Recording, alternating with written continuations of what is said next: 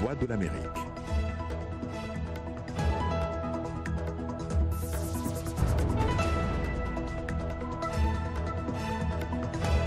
Madame, Messieurs, bonsoir. Bienvenue dans Le Monde aujourd'hui. Voici les titres de ce journal. La campagne présidentielle bat son plein au Nigeria et à quelques jours du scrutin, les opinions restent divisées sur le bilan de Muhammadu Buhari. Dans ce journal, nous reviendrons également sur les réactions recueillies à Abidjan après la libération sous condition de Laurent Gbagbo et Charles Blé Goudé. Ici, aux États-Unis, Donald Trump est attendu demain devant les deux chambres du Congrès pour un discours sur l'état de la nation. D'où vient cette pratique? Nous en parlons dans notre nouveau segment, l'Amérique aujourd'hui.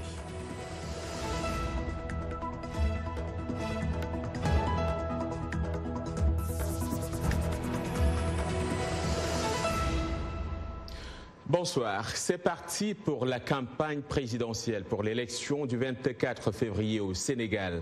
Pendant 3 semaines, le président sortant Macky Sall et ses 4 adversaires vont sillonner le pays pour tenter de convaincre quelques 6 millions d'électeurs. Une campagne qui a démarré timidement à Dakar, beaucoup de candidats ayant préféré commencer par d'autres régions.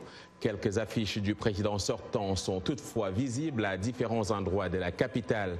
Macky Sall, qui aura en face de lui l'ex-premier ministre Idrissa Seck, l'avocat Madické Niang, 65 ans, Ousmane Sonko, 44 ans, figure montante de l'opposition, et Issa Sall. Présidentielle toujours, mais cette fois au Nigeria. À Kano, une grande ville du nord du pays, les opinions sont partagées quant au bilan de Muhammadu Buhari, président en exercice et candidat à sa propre succession le 16 février.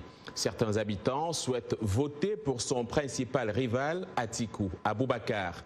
Kano, avec ses quelques 15 millions d'habitants, capitale millénaire de l'islam en Afrique de l'Ouest, au carrefour du Sahel, est une région clé pour les candidats à la présidentielle nigériane. Les précisions avec Irénée Herman Umbo. Kano, grand marché de Sabongari. Ici, les activités commerciales n'empêchent aucunement ces acteurs de la vie économique de ce haut lieu des échanges d'avoir un regard pointu sur la vie politique du Nigeria. Ils sont tous préoccupés par qui va diriger le pays après le vote du 16 février. Là-dessus, les avis sont partagés. Je voterai pour Buhari car il a beaucoup fait pour améliorer la sécurité. Avant, nous ne pouvions même pas nous rendre à l'école. Je suis étudiante et je ne pouvais pas quitter ma maison pour aller à l'école de peur de subir des attaques. Mais maintenant, c'est fini. On sort comme on veut. Les gens souffrent. L'économie a chuté, l'inflation est si forte que la vie devient de plus en plus difficile, alors qu'elle était meilleure avant l'arrivée de Buhari. Maintenant, la situation est vraiment tendue. Nous avons besoin d'un changement de leadership. Dans ce bastion musulman traditionnellement acquis au chef de l'État, ses soutiens politiques tentent malgré tout de vanter le bilan de l'administration Buhari, sa politique anticorruption et l'affaiblissement de Boko Haram. C'est vrai que Buhari n'a pas donné les résultats escomptés, mais il a lancé certains programmes qui nécessitent une continuité. Et si Buhari quitte ses fonctions maintenant, ces programmes en souffriront et le nouveau chef devra recommencer à zéro. Dans le même temps, des Nigérians dénoncent la lenteur des prises de décision de l'administration Buhari, les difficultés économiques qui se sont accentuées dans le pays, y compris l'émergence des foyers de tension ethnique.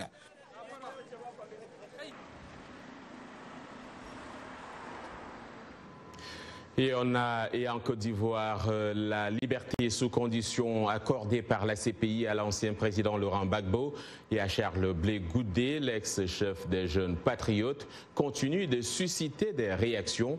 Voici quelques-unes recueillies à Abidjan par notre correspondant sur place, Georges Ibrahim Tunkara. On attendait ça depuis un certain moment. Vous savez, le peuple ivoirien a besoin de se réconcilier. Et si les fils de ce pays se mettent ensemble, je pense que ça sera quand même mieux. Parce qu'aujourd'hui, tout le monde attendait ça. Il y a des gens qui ont été frustrés. Ils sont aujourd'hui soulagés que Laurent Gbagbo et Blé Goudé sortent. Et tout ce que nous attendons, qu'ils reviennent dans leur propre pays. parce qu'on a besoin de sont nos frères, sont nos parents. Donc franchement, je suis vraiment content pour cette libération-là. Nous sommes contents qu'ils soient libres. Ça va contribuer à la réconciliation du pays. Au Front populaire ivoirien, le FPI, le parti de Laurent Gbagbo, on se réjouit également de la libération de Laurent Gbagbo et de Charles Blé Goudé. Nous avons rencontré Assoua Adou, il est le secrétaire général du FPI. Je suis très heureux, très content parce qu'ils ont été détenus 8 ans pour rien. 8 ans pour rien. Et aujourd'hui, tous les Ivoiriens, quand je dis tous les Ivoiriens, c'est-à-dire que ce soit les partisans du président Laurent Gbagbo, les partisans de M. Bédié ou les partisans de M. Ouattara, tout le monde est content parce que nous attendions cela pour que, enfin, la Côte d'Ivoire aille vers la réconciliation. Dans l'ensemble, les Ivoiriens saluent la libération de Laurent Gbagbo et de Charles Blé Goudé et espèrent que cela va contribuer à décrisper le climat socio-politique qui reste tendu à moins de 2 ans de l'élection présidentielle prévue en octobre 2020.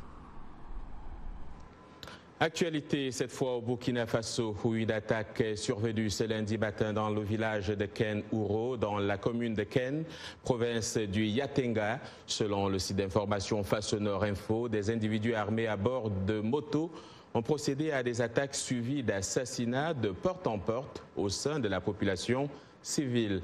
Le bilan provisoire, selon des sources contactées par ce site d'information, fait état d'une quinzaine de citoyens tués. Des blessés ont également été évacués à Wayi-Gouya pour de meilleures prises en charge. Les forces de défense et de sécurité ont riposté et permis de neutraliser certains de ces individus. Et puis on l'apprend à l'instant, au moins 17 morts dans un éboulement sur un site aurifère en Guinée, selon des sources locales. 2 opérations d'envergure ont été menées ce lundi par les islamistes radicaux somaliens Chebab. Des opérations qui ont conduit à l'assassinat du directeur maltais du port de Bosaso, le plus important de la région semi-autonome du Puntland. Les Chebab, affiliés à Al-Qaïda, ont également revendiqué l'attentat à la voiture piégée dans la matinée contre un marché très fréquenté du sud de la capitale Mogadiscio. Cet attentat a fait au moins 11 morts selon un bilan provisoire de la police. Paris l'a annoncé ce lundi, une patrouille de Mirage 2000 français a procédé dimanche dans le nord du Tchad à des frappes et en appui donc à l'armée tchadienne. La France explique que ces frappes visaient à arrêter une colonne de 40 pick-up d'un groupe armé en provenance de Libye. La colonne visée était celle de l'UFR, l'Union des forces de la résistance, a indiqué son porte-parole Youssouf Hamid. En intervenant militairement dans les affaires internes du Tchad, la France prend un tournant dangereux, a-t-il déploré. Les frappes françaises ont eu lieu entre le Tibesti et l'Eniti. L'UFR est dirigé par Timan Erdimi, neveu du président Idriss Déby. S'achemine-t-on vers une paix durable en Centrafrique? En tout cas, gouvernement et groupes armés sont parvenus à un accord de paix samedi. Le dit accord de paix sera d'abord paraphé demain mardi à Khartoum avant d'être ensuite signé ultérieurement à Bangui. C'est du moins ce qu'a fait savoir le gouvernement soudanais. Aucun détail sur le contenu du document n'a encore été diffusé. Les négociations de Khartoum, lancées le 25 janvier à l'initiative de l'Union africaine et des Nations unies, ont rassemblé les principaux chefs de groupes armés centrafricains et une importante délégation gouvernementale.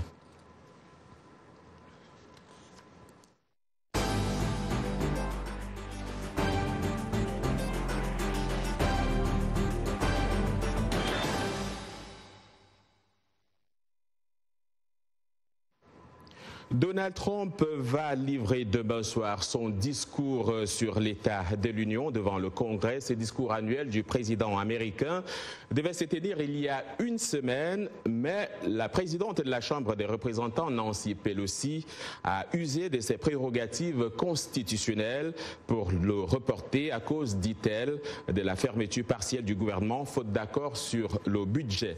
Abdourahmane Dia nous explique l'importance du discours sur l'état de la nation.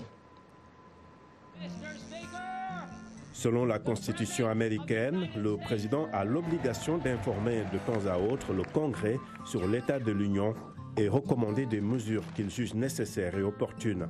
C'est George Washington qui a prononcé le premier discours sur l'état de l'Union et c'est lui qui en a fait un événement annuel devenu presque incontournable dans le calendrier politique américain. La tradition a été respectée jusqu'à ce que Thomas Jefferson envoie son message par écrit. Ses successeurs l'ont suivi dans cette méthode jusqu'à ce que Woodrow Wilson revienne à la tradition établie par George Washington. Wilson prononce son discours devant le Congrès en 1913. Les allocutions du président au Congrès étaient souvent faites pendant la journée. Mais Lyndon Johnson a décidé de faire son discours le soir pour cibler une audience beaucoup plus large. Le premier discours d'un président fraîchement élu devant le Congrès n'est pas considéré comme un discours sur l'état de l'Union, puisqu'il vient à peine de prendre fonction.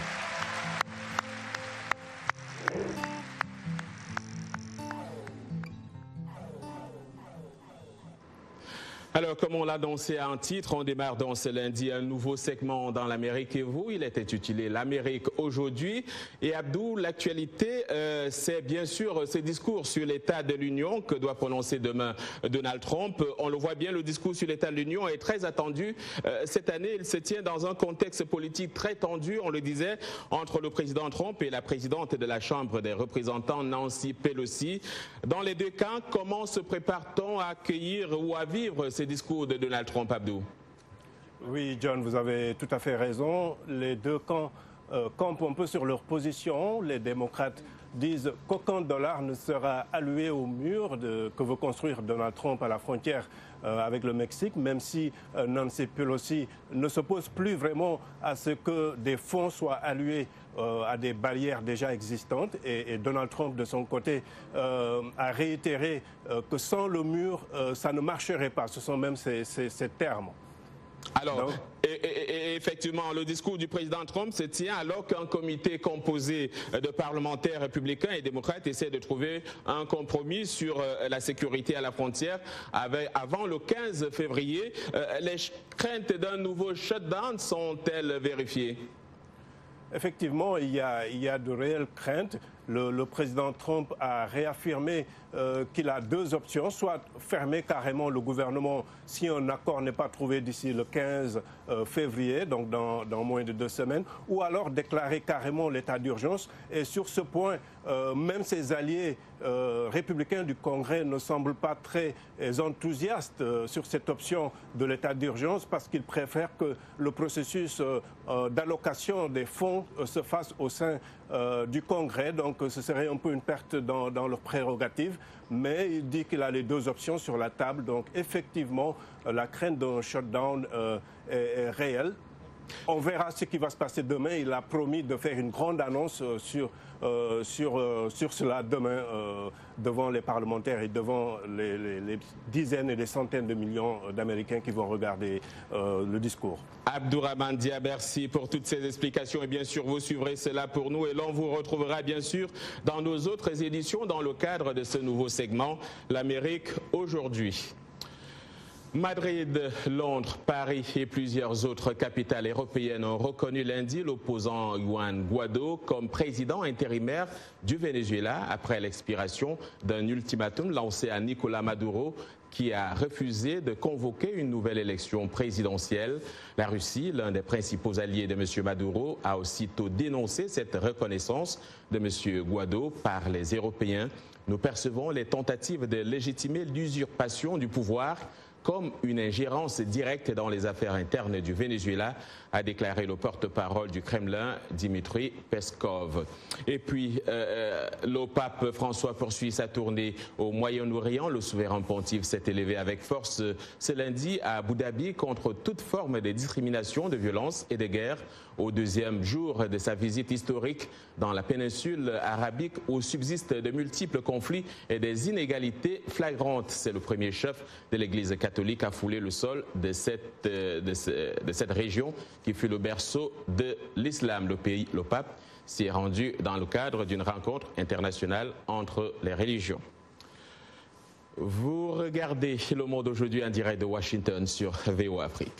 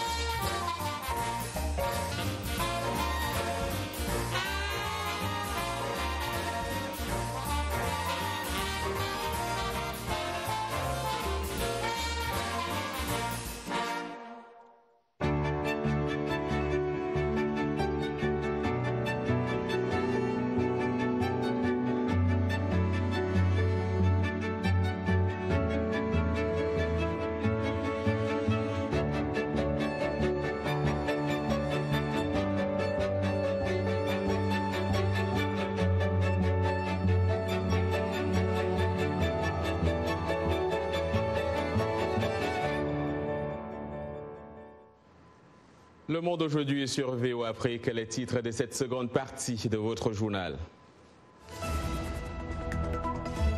40% des décharges électroniques mondiales se trouvent en Afrique. Nous verrons comment une ONG a décidé de faire face à cette réalité au Kenya.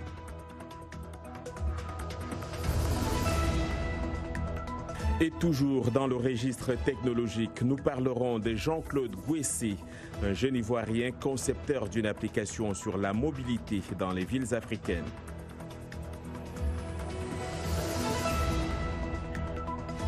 Quand les femmes se servent du karaté pour guérir des blessures du viol, nous irons à Saint-Denis en France à la rencontre d'une femme qui a décidé de promouvoir cette discipline.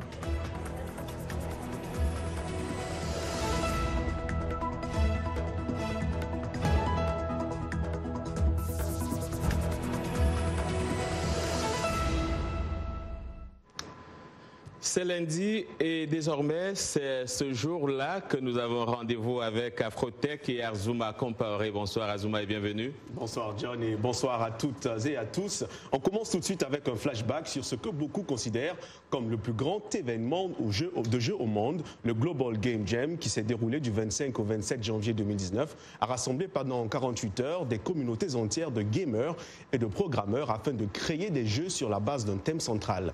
Les séances se tiennent simultanément dans le monde entier. La Côte d'Ivoire, le Kenya, le Rwanda et la Namibie étaient les nouveaux pays africains à prendre part à l'événement portant le nombre total de pays d'Afrique subsaharienne représentés à 15. Et cette année, le thème central était « Que signifie votre maison pour vous ?» Une bonne question à laquelle j'imagine vous allez répondre prochainement. Alors, chaque lundi, désormais, nous aurons aussi un focus de la semaine. Tout à fait. Il se nomme Jean-Claude Gouessé. Il est originaire de Côte d'Ivoire. Pour ce jeune entrepreneur, c'est maintenant qu'il faut penser le futur des villes africaines. Et pour joindre l'acte à la parole, lui et ses collaborateurs ont créé Moja Ride, une application qu'ils considèrent comme étant la réponse aux problèmes de mobilité dans les villes africaines. Il nous a accordé une interview lors du CES 2019 à Las Vegas. Je vous propose d'en écouter un extrait. Moja Ride, c'est une plateforme de mobilité urbaine qui permettra dans tous les pays émergents aux gens de trouver le moyen de transport le moins coûteux, le plus rapide et le plus efficient. Le système nous permet donc d'avoir des données de tous les modes de transport qui existent dans la ville et nous combinons ces données pour vous dire sur la base de l'heure qu'il est et des conditions du trafic dans la ville, quel est le moyen le plus rapide d'aller d'un point A à un point B. Tenant compte de ma propre expérience d'Abidjan et donc de mes acquis technologiques, nous avons développé Moja Ride comme étant pour nous aujourd'hui la réponse optimale au challenge de mobilité dans nos pays. Et pour ce qui nous concerne, à l'avenir, les stations d'essence que nous connaissons vont faire place donc à des points de chargement électronique. C'est important de voir qu'est-ce qui s'est fait, quels sont les partenaires qu'on peut avoir. Alors on a tendance à dire que l'Afrique est tout le temps en arrière, mais là on a l'impression que l'Afrique carrément se projette dans le futur carrément. Vous parlez de Smart City, on est dans l'univers justement Smart City. Lorsque moi je design une solution pour l'Afrique, je n'ai pas à regarder ce qui s'est passé il y a 5 ans. Je construis avec le meilleur de ce qui existe aujourd'hui. Nous venons, nous voyons ce qui se passe, nous utilisons le meilleur de la technologie pour bâtir l'Afrique avec. Voilà, et pour suivre l'intégralité de l'interview, rendez-vous sur voaafrique.com. Et pour finir, Arzouma Compaoré, il faut être un peu fou pour inventer, et vous le dites dans Folie d'invention. Tout à fait. Des chercheurs du prestigieux institut de technologie du Massachusetts, MIT, affirment avoir trouvé comment alimenter des appareils électroniques sans utiliser ni de batterie, ni de fil électrique. Ils ont en effet créé une antenne de redressement au rectenna à l'aide d'un semi-conducteur au disulfure de molybdène d'une épaisseur de 3 atomes seulement. Exposée à des signaux Wi-Fi typiques d'environ 150 microwatts, la rectenna peut produire une puissance électrique de 40 microwatts, ce qui est largement suffisant pour alimenter une ampoule LED ou des puces en silicium. Cette technologie pourrait même permettre de développer des systèmes électroniques capables d'illuminer des autoroutes, des ponts ou même des murs de bureaux. Voilà, c'est tout pour Afrotech et on se dit à très vite pour plus de tech sur le continent et partout ailleurs dans le monde. Merci Arzouma, voilà qui justifie donc notre sous-titre Folie d'invention. On vous retrouve lundi prochain. On continue à parler technologie dans un autre contexte, l'utilisation accrue des téléphones mobiles, des ordinateurs et des téléviseurs en Afrique a laissé le continent avec d'énormes quantités de déchets électroniques. Selon le programme des Nations Unies pour l'environnement, 40% des décharges électroniques mondiales se trouvent en Afrique. Afin de réduire ce problème grandissant, un groupe au Kenya aide à gérer ces déchets grâce au recyclage local et à l'exportation des matières recyclées. C'est un reportage de Mohamed Youssouf, relaté ici par Raïssa Gironda. Au fur et à mesure que les économies africaines se développent et que les produits électroniques grand public deviennent bon marché, les nouvelles technologies inondent le continent. Juste au Kenya, les consommateurs dépensent des milliards de dollars par an en produits électroniques, ce qui ajoute une cascade de déchets. Selon les Nations Unies, 19 des 50 plus grands dépotoirs pour déchets électroniques au monde se trouvent en Afrique. Nous avons de très mauvaises pratiques en matière de gestion de déchets. Par exemple, le déversement des déchets n'est pas fait de manière appropriée. Nous avons pour pratique de brûler des déchets à l'air libre, ce qui est très nocif pour l'environnement et la santé. Le programme des Nations Unies pour l'environnement estime que 50 millions de tonnes de déchets électroniques sont produits chaque année et que ce chiffre devrait plus que doubler au milieu du siècle. Samson Wachira apporte sa pierre à l'édifice en n'achetant que de vieux ordinateurs. La plupart du temps, nous vendons les pièces, donc il n'est pas indispensable que la machine fonctionne. Par exemple, si l'alimentation marche, vous la mettez dans une autre machine, ou bien vous en vendez les pièces. Pour les pièces d'ordinateur dont il n'a pas besoin, Wachira les vend aux recycleurs. EnvironServe est l'un d'entre eux. Ce groupe tente de changer la manière dont les déchets électroniques en Afrique sont gérés en éliminant les métaux et les plastiques.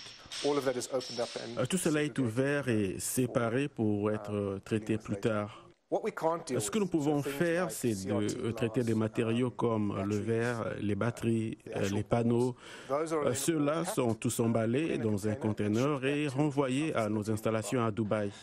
Et des groupes comme EnvironServe ont du pain sur la planche sur le continent.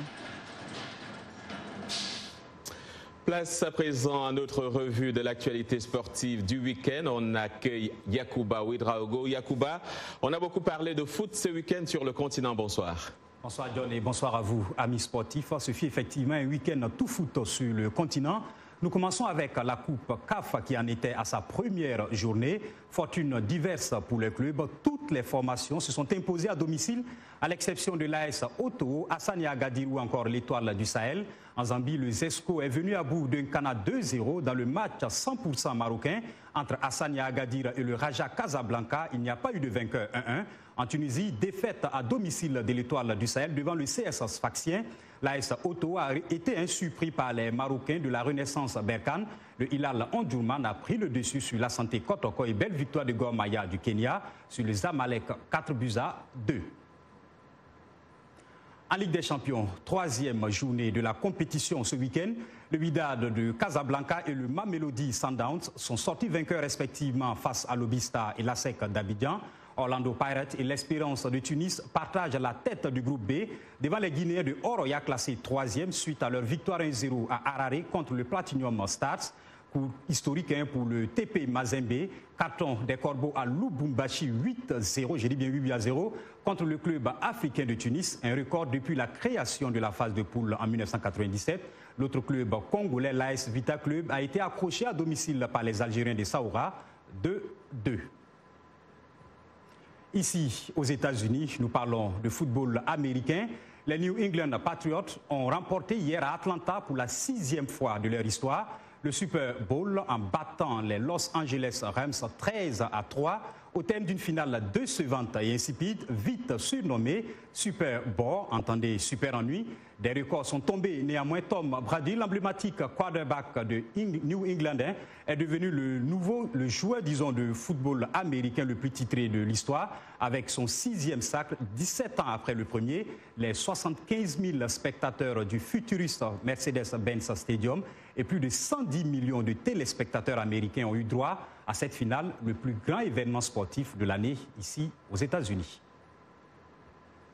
Direction l'Europe pour refermer cette rubrique sportive avec du karaté, mais pas celui compétitif en France. Laurence Fischer, ancienne triple championne du monde de karaté, utilise la discipline comme thérapie pour des femmes victimes de viol. Lisa Bryant est allée à la rencontre de la star à Saint-Denis, une banlieue parisienne. Voici son reportage que j'ai repris pour vous. Suivez.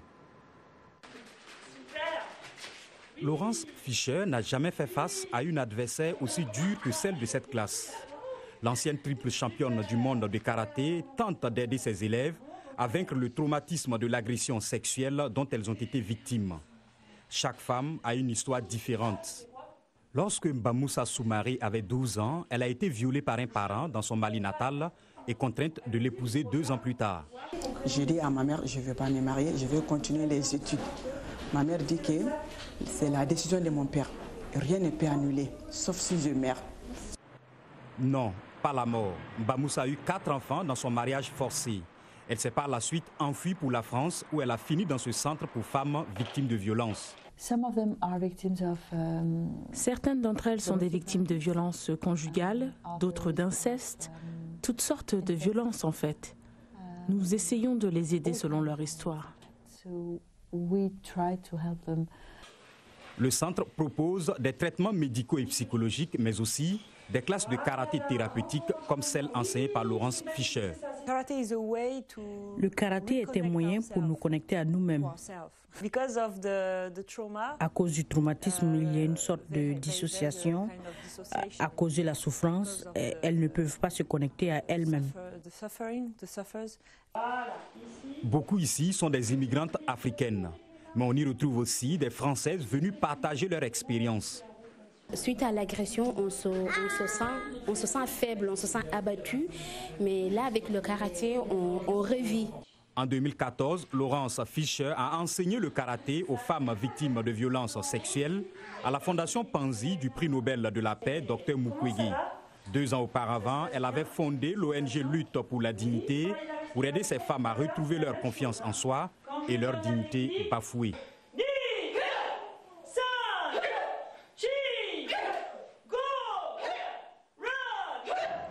Karaté thérapeutique, John, il faut y songer. À demain. Merci Yacouba, intéressant reportage. Donc, et à demain, c'est la fin de ce journal. Merci de l'avoir suivi. Excellente soirée à toutes et à tous. Demain est un autre jour. Bonsoir.